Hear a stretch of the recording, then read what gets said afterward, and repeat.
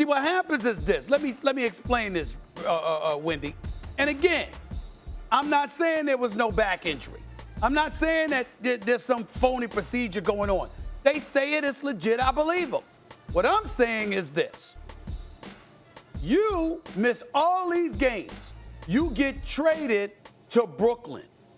If you played, then that messes up your case with Philly and the grievance, because then it would have been about you just not wanting to play in Philly, as opposed to you really having a mental health issue that prevented you from playing, period.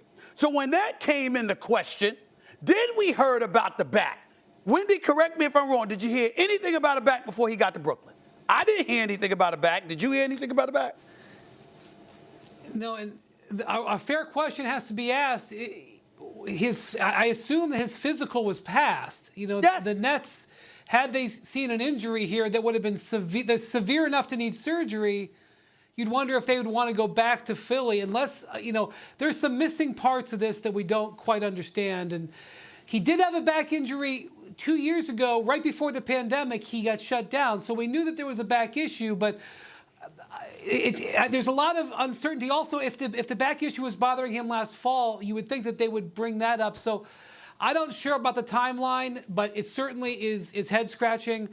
And it's this, the unfortunate thing about this is, Stephen A., is that a lot of players don't have one back surgery. They have multiple. And so now of course, that he will rehab and everything, but you get worried about his health on his back going forward after this. Well, my point is this. The one thing we're not uncertain about at all is that the brother wants his money, and he's going to do everything he can to get his money.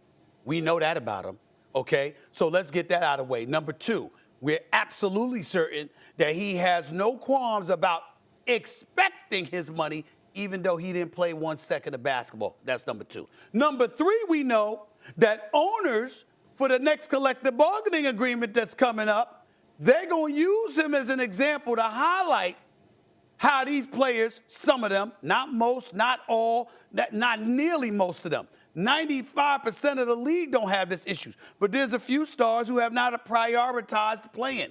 And I got news for you. They only need one player to use as an example to make their case come collective bargaining negotiations. Wendy knows this, Woj knows this, I know this, anybody that covers the sport knows this. Well, they got several examples to point to these players missing games and how they have compromised the collective whole. While Kyrie was sitting there talking about being a martyr, it's tough being a martyr. Let me tell you something right now. Let me see him say that to the player's face when the owners come to the negotiating table and they use him as an example to try to cut the players off at the knees and compromise their bottom line in terms of basketball-related income, using players like that as an example, or demanding, let's have a pay-for-play stipulation in place to ensure that these players don't miss games. You hurting the collective whole. And Ben Simmons, nobody, not Kyrie, not Kawhi, no one has hurt the players' case more than Ben Simmons. Nobody.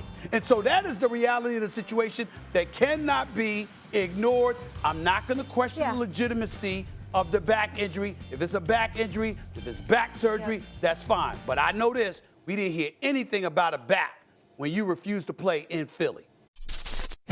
Thanks for watching ESPN on YouTube. For live streaming, sports, and premium content, subscribe to ESPN+.